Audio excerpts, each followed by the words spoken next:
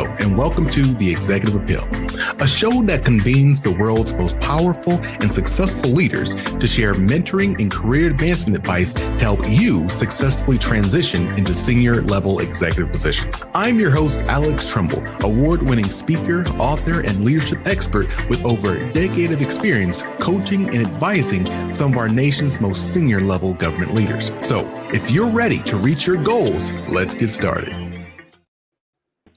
Hey, you beautiful, welcome, amazing individuals who are listening today. I'm loving it. I don't know why. I'm just feeling myself today. But you'll probably figure out why, because I got some cool people with us today. So as you know, this is another wonderful, power-packed episode of the Executive Appeal Podcast. I'm your host, Alex Tremble, and I'm thrilled to have you join us here today.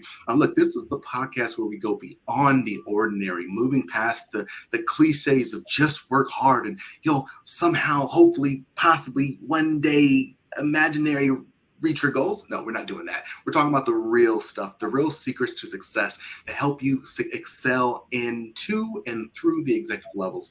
And again, you know, I'm not just your very handsome podcast host. I am also international keynote speaker and executive coach and the CEO of GPS Leadership Solutions. And so we absolutely love partnering with HR officials, training officials, anyone who's really focused on developing leaders to create just elevated cultures that increase the likelihood that people are going to stay, that people are going to stay with the company and do good work together.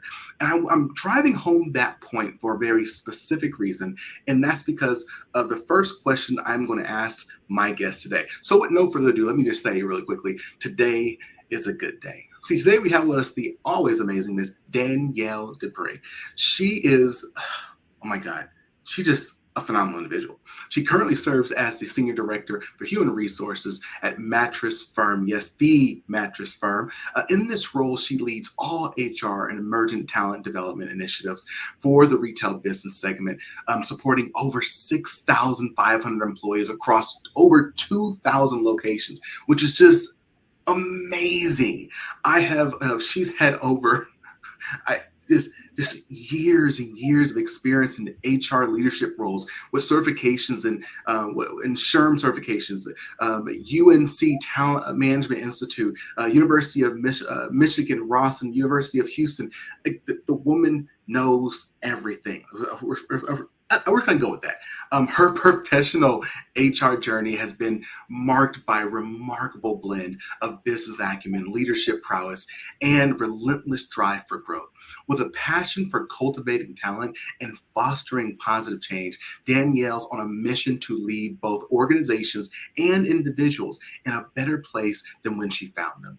As a devoted wife and the mother of 3 young and very active children, she embodies the essence of life balance and is a role model for doing it all, not being a realistic expectation. How are you doing today, madam? I'm good, Alex. That was a long introduction. I don't know that anyone has ever talked about me for that amount of time in such a positive light before, but it was really a great way. I also don't know if I know it all per se, but I do try and know as much as I can about most things at the time. So I do just want to caveat that. I don't think anyone knows it all. Look, and she's humble.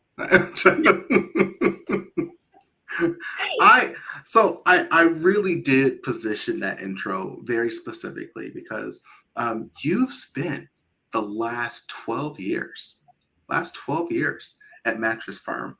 And, you know, when we look around the workplace span across not only the US, but across the world, you see there's a lot of movement. So I would like to begin with asking, what does an organization have to do to make you stay there? Not even make you, to make you want to stay there for 12 years? Yeah, it's a great question. And honestly, it's one that I often ask myself.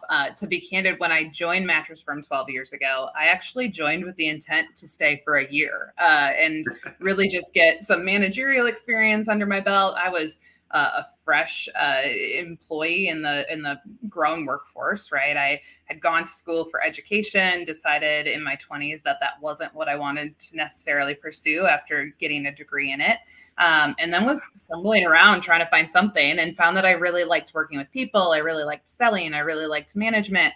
So Mattress Firm was that door to management. And to your point, what has made me stay for 12 years, I think what makes a lot of people stay is when an organization provides them enough value that they then see the benefit of staying there, right? And so for Mattress Firm, that has been for myself, it has been for a lot of people, the desire to help people grow and to provide them with resources and developmental opportunities. And so that's been, anyone who asks me about my career track, I've filled multiple different roles across the organization, have continued to have learning opportunities really unfold, and ultimately have learned things with the company that I would have otherwise had to go back and get a master's degree in business for, or go pursue other formal education, right? And so I think that is one big piece. And then, of course, the other side of it, not just from the developmental side, is having a support network, right? One of Gallup's big things about employee engagement is having a best friend at work, right? Do you have that friend at work? Do you have your support network? And I think Mattress Firm, many companies do this, right? But Mattress Firm has a really similar culture of acceptance and belief in one another. And so that lends itself to building relationships and supporting team members and finding these shared networks. And so I have a large group of what I call friends now that were just colleagues at one point in time. And I think that's the other really big differentiator that keeps me at Mattress Firm, is that I even when there's opportunities that present themselves, I think about all of those connections and support networks that I have and how different it might be to go work elsewhere. You talked thank you so much for that opener. That it's a great foundation for us to jump off of, because you said a lot. I want to talk about everything.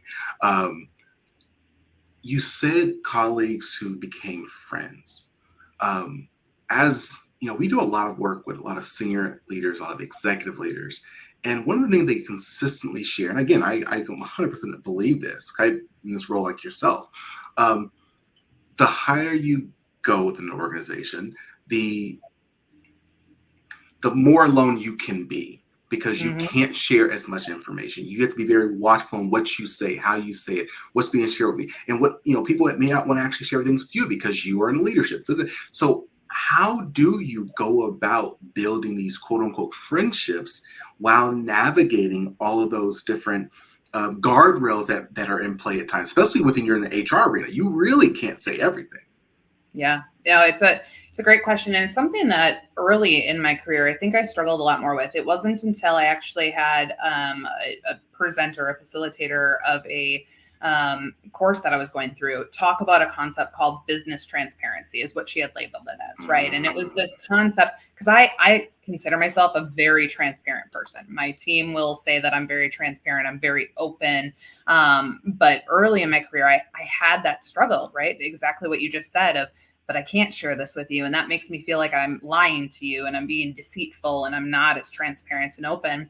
And then this concept of business transparency was presented to me. And really, business transparency is about understanding that the person you're talking to, you can be open with them about certain things, but then there's other things that they don't necessarily need to be privy to, or they can't be privy to. And so it's not about feeling guilty as a leader. It's just respecting the business that you work for and knowing that you're keeping it safe. You're keeping them ultimately safe by not giving them access to this information at that point in time. And so it reframed a concept for me that I needed because I no longer felt like I was lying. I no longer felt like I was being deceitful. It really put it into this concept that I was protecting everyone by not necessarily sharing every single detail. And so I set that as kind of the tone to then say that has helped me with developing friendships, because I'm also very candid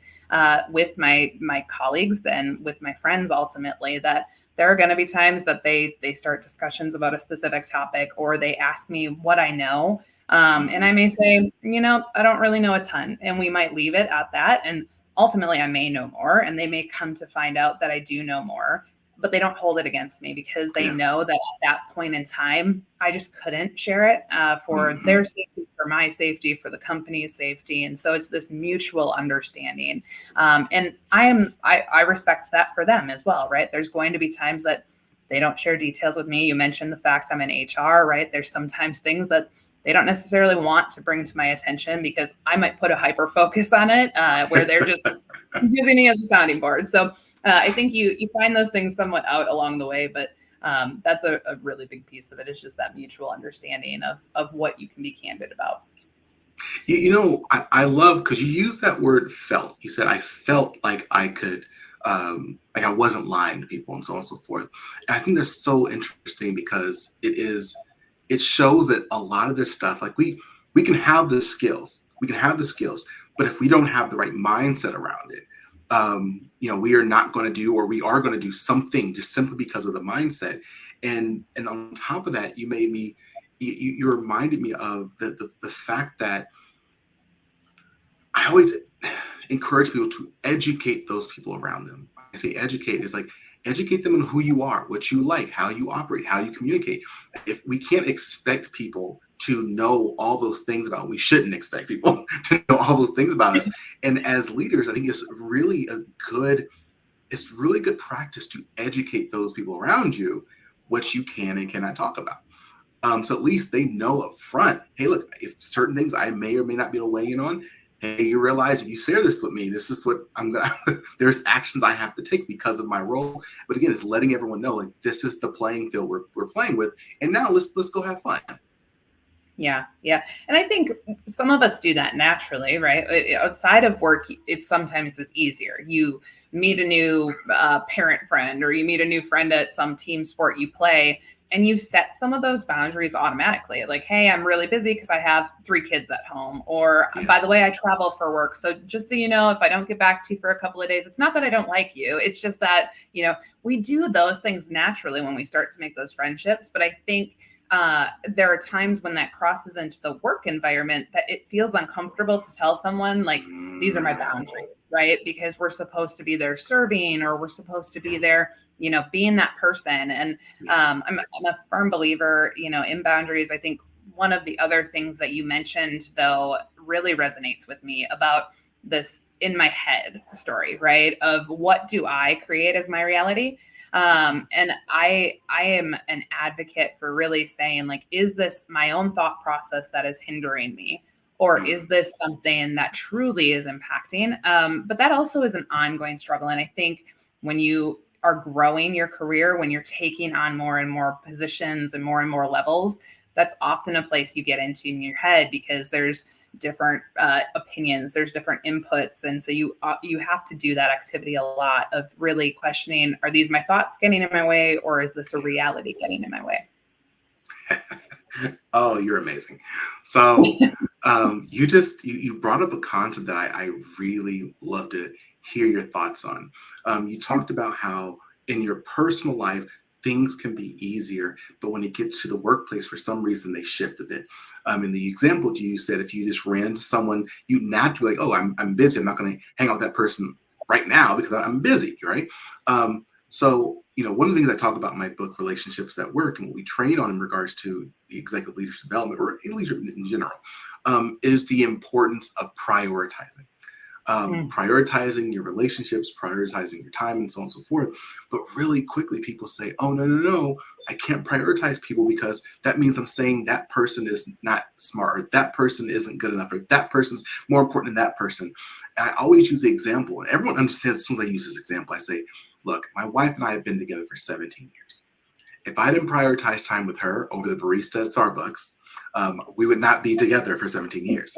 Like, it's almost easy for us in a personal life to realize that, yes, we prioritize all the time. But why do you think that once we move to the workplace, we feel like, okay, now I have to spread my time equally to everyone, or I'm being offensive to someone? Yeah. Yeah, it's interesting, and it's an interesting concept. Actually, in my intro, you mentioned the fact that I went to UNC's talent management program, and that Talent Management Institute is a great program. Highly encourage any HR professionals to look into it.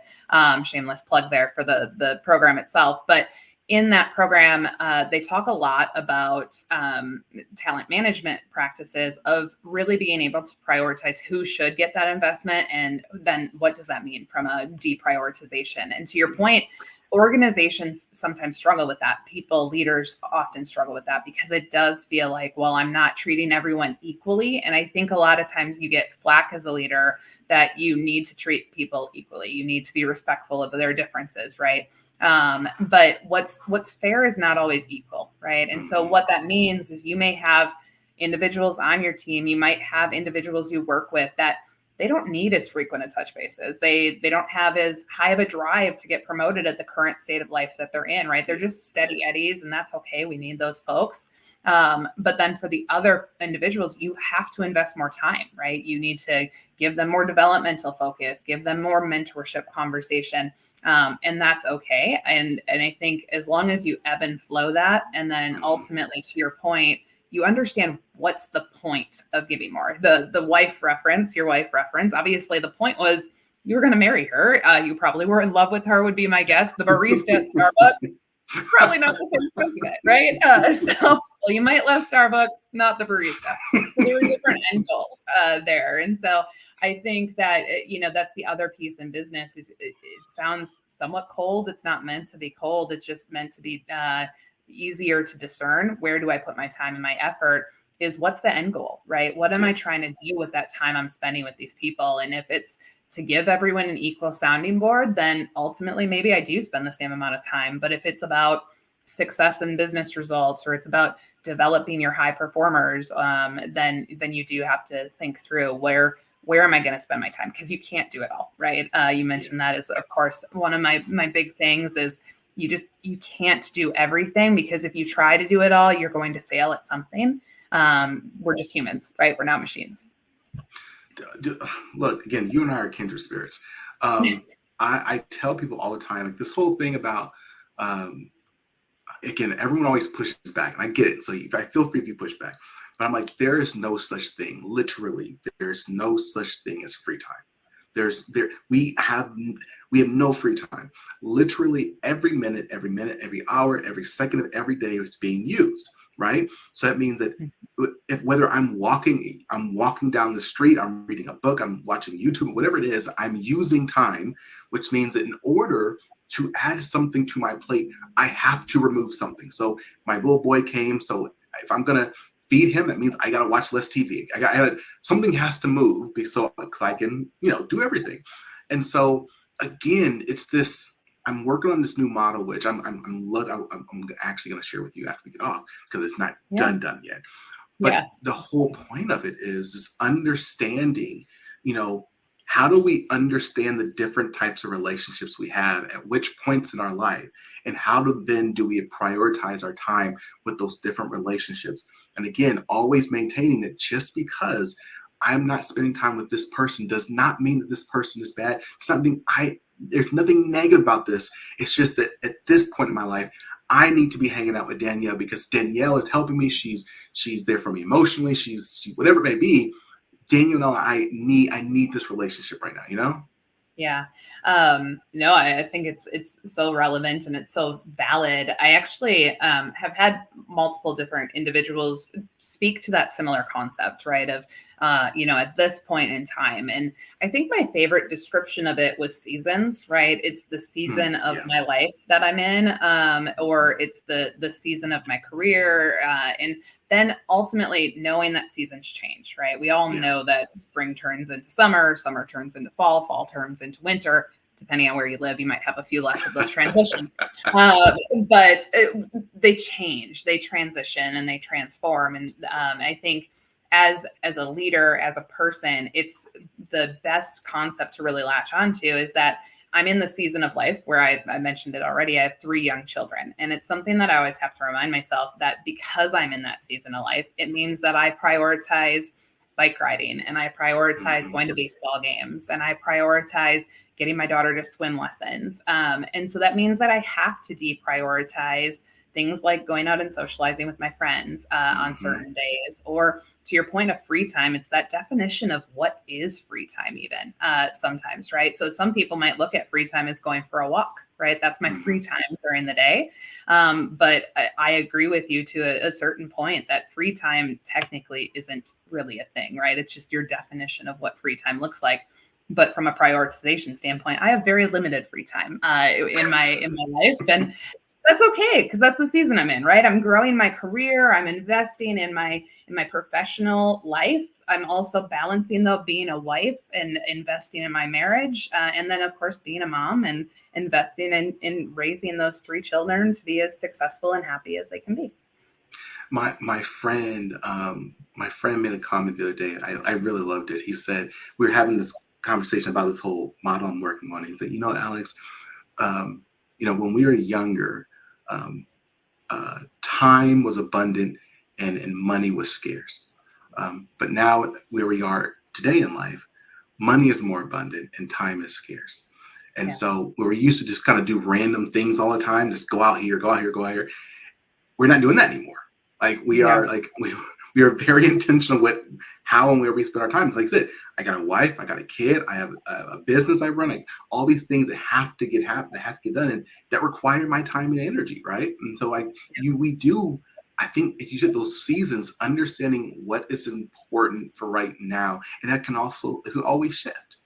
Yeah, no, I think, then the future season of what's down the road. I have a team member on my team, and she actually just had a daughter who graduated from high school. And so her daughter is now becoming an adult, right? And moving on to that season. And she's thus moving on to the season of, whoa, like I now have a little bit more free time and I have more capability to go back to that. And then I look at my parents who, are retired successfully, and they have time to go vacation in Europe. And so I think it's ultimately your perspective too, of just reminding yourself that this season isn't permanent. And so while my time seems very limited currently, while whatever I'm going through at work might be very stressful, it's the season in time, and I'm going to get past this season. And ultimately, how I set myself up for success by prioritizing and deprioritizing is what's going to get me through either in a good mindset or possibly not such a good mindset.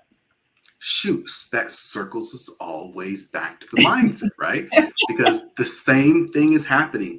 The same event is happening, and we can choose to either see it, hey, look, I'm going to move past this. It's a blip. It's a learning opportunity as I proceed forward. Or we can say, oh my God, woe is me. My life is horrible. This is not fair. Why is this always me? And that will take us down a road. I want to ask you, because again, I feel like I'm going to ask a question. Okay. So a few weeks ago, at this point, a few months ago now, I was giving a keynote in Jackson, Mississippi for this big conference. And out of the hotel, and there's a guy who's an actor. I saw him at the bar, but I don't want to bother him. He's a famous actor. He's there with his friend. I'm like, I'm not going to bother him. His name is Keith David. If anyone look him up, you will know him when you see his face. Amazing actor. And so I saw him. I was like, tell my wife later, I'm like, oh, I saw him at the bar, but I don't even want to bother him. She's like, what? Next time you better bother him. So I'm actually walking to my lift to go to the airport. And he comes out and was like, hey, Alex. I'm like, what? Like, how does he know me? And turns out that he was giving a speech out there too at a different place. And he ran into someone in the hotel who was at my keynote. And that person told him how great my keynote was. And so he asked me if I could help him with a keynote he had coming up. And so him and I have been working together now, building these speeches out and whatnot. So it's amazing, right? Yeah. I tell this story because this all happened because that one person, someone who's in the keynote, who's in the audience, she met this person and decided to talk to him about me. She could have talked about anything, but she said, hey, this guy, whatever reason, she talked about me. I'd love to ask you, have you ever had someone or a time in your life where someone just like opened the door for you? Someone was like pumping you up, and what happened? How did that happen? What was it? What was the situation around it? Yeah. Another great question, and also very cool story. The fact that you were sitting like a fanboying, so to speak, from afar, and then had that interaction. It gives you that moment of like, wait a second, me? Like you want help from me? And you have to, again, reset your brain to go, oh no, I can actually help you. Like that's really cool. But I think the bigger concept that you kind of hit on is the sponsorship concept of having sponsors and never knowing per se when that sponsor is going to be able to advocate for you, say, hey, have we thought of this person necessarily? And then ultimately you get tapped on your shoulder. And so the answer is yes, I have absolutely had those things happen. And I think the most memorable and probably the most impactful currently in my career was actually as I grew into an HR career.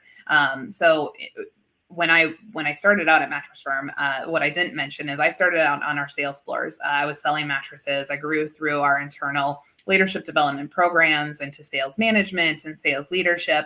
And then through a series of different events, we went through some restructuring as an organization.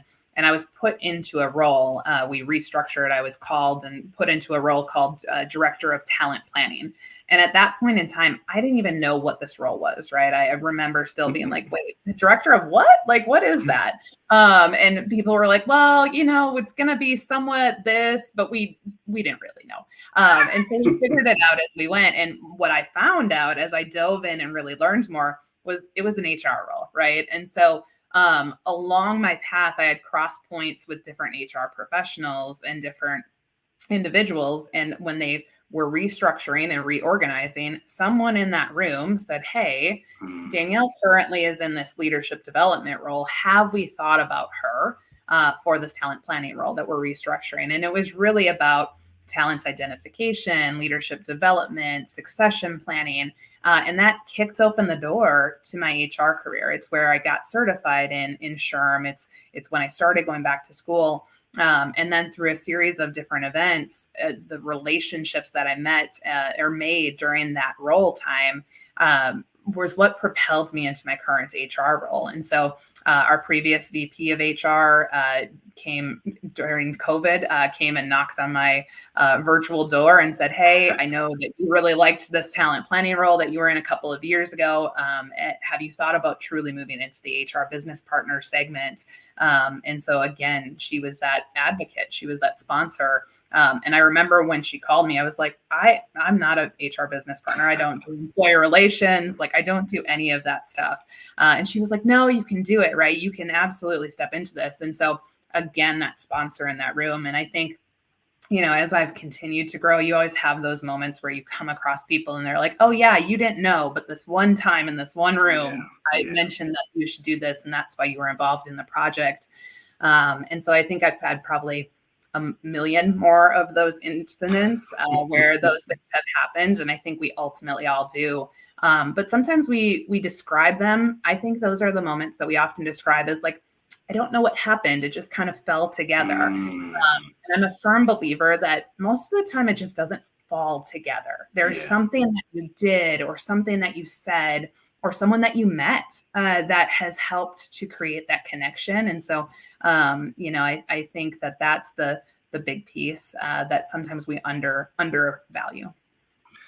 I think you're so spot on. You're so spot on on so many different levels. And if I can just put on the table that, I share this stat in my book, and we do it in a lot of our trainings that we provide.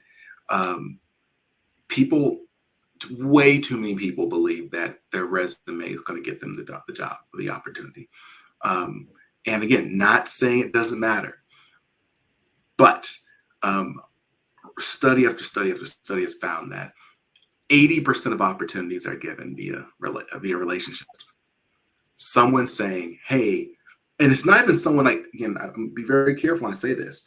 Like, it's not someone saying, I don't like that person. I don't like those people. I don't want to undercut that person over there. No, it's just like, hey, There's an opportunity. Hey, I know Danielle, she's been working really hard. Let me bring her to the table. I've seen her do X, Y, and Z, or let me see Thomas or Jane or whatever it may be. But in order for this to work, one, you have to know how to build those relationships and let people see you. But two, I do feel like you have to, again, this goes back to that word of educate. Like you have to educate people on who you are, on what your skills are, what you've accomplished, because then when they do think of opportunity, things come up, they know to think about you. Yeah. Yeah. I had a previous leader who told me it was always, you're always selling, right? So I mentioned coming off the sales floor. When I moved into leadership, it was one of the questions I got asked by a leader was, okay, so when did you stop selling? And I was like, oh, well, I left the sales floor on this date. And it was the follow-up of, okay, no, but you didn't actually stop selling, right? And come to find out that was a question this leader had been asked by one of her previous leaders, right? It was something that we often forget about. Of course, Mattress Firm, it's just bred in us that you sell things. But I think in the world around us, we don't often think of ourselves as, am I selling myself? Because that sounds really weird to think about it in that way. But it's also just, how am I presenting myself, right? Am I connecting with the right people for what I want to achieve in my life? Am I building the right network? Am I building the right connections? And then to your point, it's not about who's going to get me the job. It's how do I crack the door open where I get the opportunity to sit at the table and present my thoughts and my ideas, where I might not have been able to otherwise. And so I agree with you. I don't ever want that to sound bad. I know young Danielle would have got really annoyed had someone said, like, you need to have the right connections. I would have been like, no, I'm going to blaze my own trail. And ultimately, we should all blaze our own trails. But you don't blaze your own trail by yourself, right? You typically blaze your own trail with a team of people along with you, or a traveling party or something along those lines. But yeah, I think it's a great point. I love that. Oh my God, is it Trailblazers? I was thinking about the Oregon Trail. Yeah. The old game.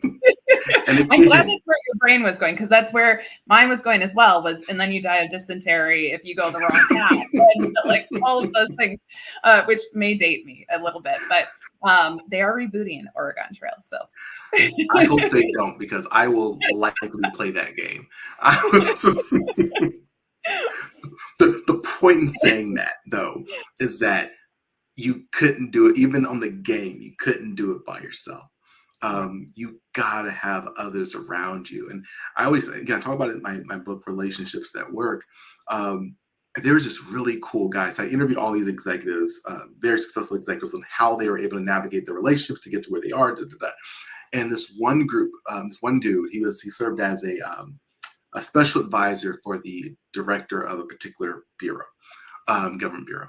And I was talking to him, and he was like, oh yeah, he's like, actually, me and my friends, I had two other friends, three of us, about 30 years ago, we all made a deal that whenever someone gets a job, we'll bring the other two with us.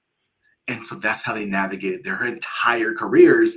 One person would get a job, they bring the other person get a job, and they just all kept rising together, utilizing those relationships. Someone got them in the door, and they just, killed it while they're there, and someone else got it. It was just, again, I try to remember, like, you don't have to do this alone. Like, I think that's a great thing to just remember.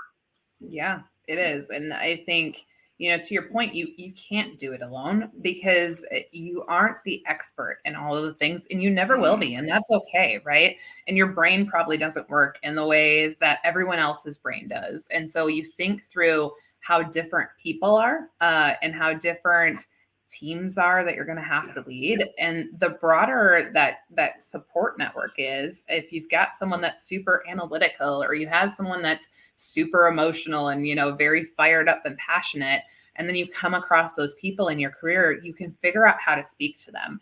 I have a mentor currently. It's actually an executive piece of growth, right? When you become an executive, as you're growing into these executive seats, you're speaking to bigger, broader audiences. And so when you speak to those bigger, broader audiences, you don't necessarily get one-on-one time with every single person in the audience. And so you have to tailor your message to speak to all of the different mindsets and speak to all of the different individuals that sit there if you want to have the most impactful message you can, right? And so I think what makes that easier to do is when you have that team of support individuals where you can say, hey, can you listen to this and give me your perspective? Can you listen to this and give me your perspective? Same thing when you're building new concepts, new processes, new policies, or even thinking of business directions, right? It's helpful. Okay, you and I are gonna be besties. Okay, so so I have to ask, this is the question I've been asking everyone. So I'm gonna ask you this question. I'm gonna open the floor for you to answer share any advice, anything you have to share as we wrap up. The question is, many people who listen to this podcast, many people who we work with in regards to executive coaching and whatnot, they're first generations. They're people who they did not come from money. They didn't come from a lot of resources. And now they're in their life, they're in the season of their life where they have children. And they find it challenging because they have all these resources. And like, am I spoiling my kid? Am I being too difficult on my kid? Am I doing this? And so I just love to hear, what advice do you have for raising a good human being? Oh, that's a loaded question. Wow. Yeah, the struggle is real, is what I will say there, right? Because I think raising human beings is difficult in general. I do definitely relate to that statement that you just said, right? Of being kind of first generation.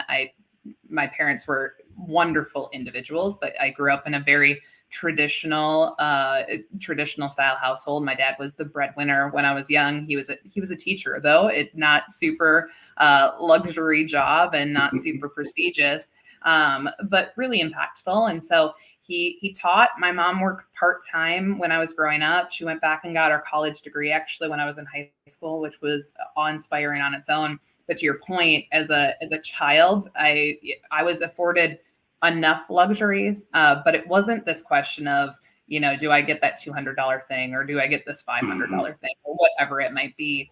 And I think I've seen a lot of great examples of this. I actually had some very wealthy individuals come into one of our store locations when I was helping, and saw them walk their children through the cost of a product that they were buying, right? It was an expensive bed. It was a nice luxury bed. It was a good investment in their sleep health.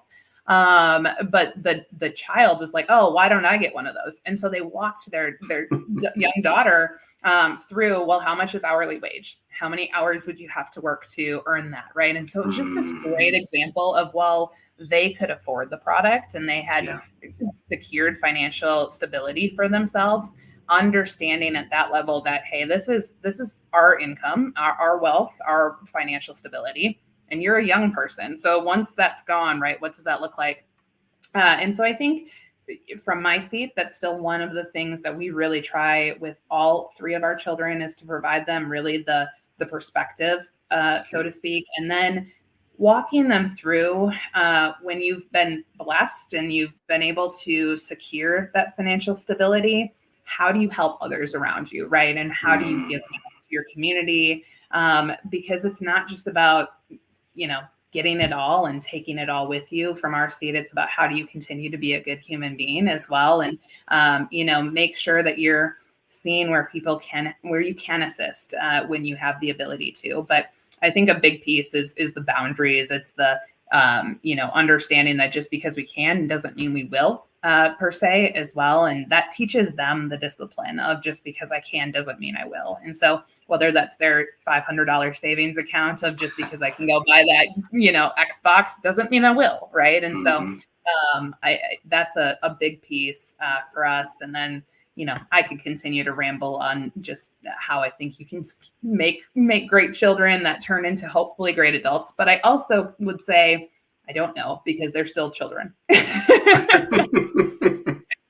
Well, I do want to let you know that, again, this is recorded. So when my little boy asks me why he doesn't get that toy, I'm gonna play him this and say, well, Auntie Danielle said. As I said, don't know it all. Parenting is definitely one where I will tell you I don't know it all. But you pick up things that you can, and you see what works. But that's the ultimate experiment is parenting to a certain extent. Again, this is the last thing I'm going to say, and I'm going to push it back over to you. I was telling my wife this morning, actually, that it's so funny because my little boy is just growing and growing and growing. He's a year old now. And I told him, like, it's funny because the things that make him more difficult to raise are actually good things in the long run. Like, my little boy is determined. When he wants something, he is willing to hold out. He will scream forever, like, do it, give it up. And I'm like, but as an adult, like, that's probably a good thing. It's hard not to squash those behaviors. It is. I have a caregiver as a 12-year-old. He's fantastic. And there are times where I say, okay, but what about you? Right? Like, you have to stop just trying to be nice to everyone. Like, what about you? I've got an 8-year-old as a politician who will debate and ask you why and seek to understand more than anyone I know. And that includes myself. And I like to understand things as much as possible.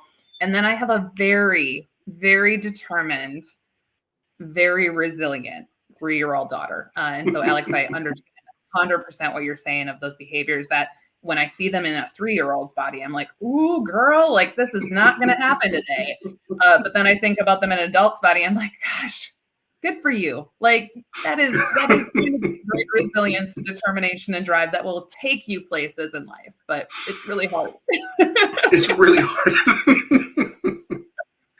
Danielle, you're amazing. You're amazing. I want to open the floor. Is there anything to share with the audience as we begin to wrap up? Yeah. No, I think, that's a very open platform. It allows for multiple things, but I think I'll utilize that time, Alex, to really just talk about my recommendation to this audience, to your listeners, of continuing to grow and rising in your career, but also remaining humble, remaining hungry to learn more, and ultimately just being spongy. I think one of the things that we will sometimes fall victim to, per se, is by pigeonholing ourselves into this defined path that we're supposed to go. You start to shut doors, or you start to turn your ears off when you're in rooms, and you lose your sponginess, per se, of just sitting and absorbing what everyone's saying. And so that could be sitting in a boardroom, listening to marketing and merchandising and your finance teams, and learning terms that you might not know, and becoming conversational in those different business elements through just absorption of content.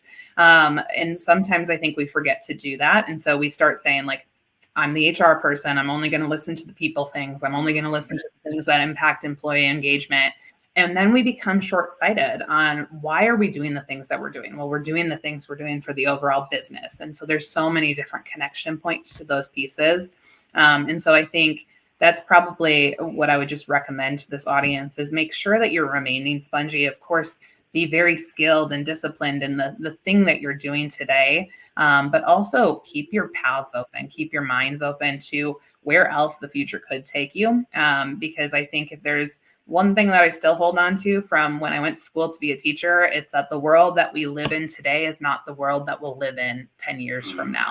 So how do you prepare yourself for a world that we don't know? And so I think the more we can really learn and just absorb and try to be very scientific from a standpoint of seeing what's going on around us and holding our judgment and holding our own biases to, that's not going to work, or yes, that's what I really prefer, and seeking this mind of openness, the better off you will be in your career as you get 10 years down the road, because the less surprised you'll be by things as they unfold, the less confused you'll be, because you'll have this background of knowledge, even if it's just a hint of it.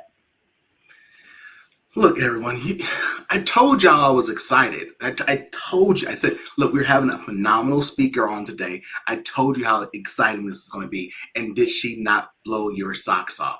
And shoes. And if you have some flip-flops, let's do some flip-flops too. I'd love to hear from everyone. What was your aha moment as Danielle was sharing today, what was that? Like, you're like, oh, wow, I hadn't thought about that before. Or maybe this is something I need to integrate into my life. Go and put that in the chat, put in the comment section. And again, you all know, like, we really, really, really appreciate everything you all have done for this show. We are now ranked top 10 internationally. This podcast was started as a little baby, cute little just crawling. And now it's a top 10 international podcast because of you. So please, please, please do continue to share, click the like, subscribe, all that stuff, because that is what keeps the message showing and flowing. Miss Danielle, thank you so much for coming on and sharing your story, your ideas, your concepts, and volunteering your time. Everyone, you know where I'm going.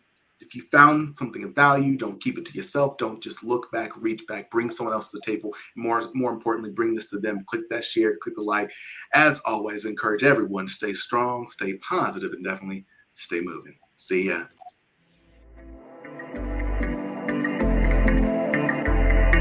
Thanks for listening to The Executive Appeal with Alex Tremble.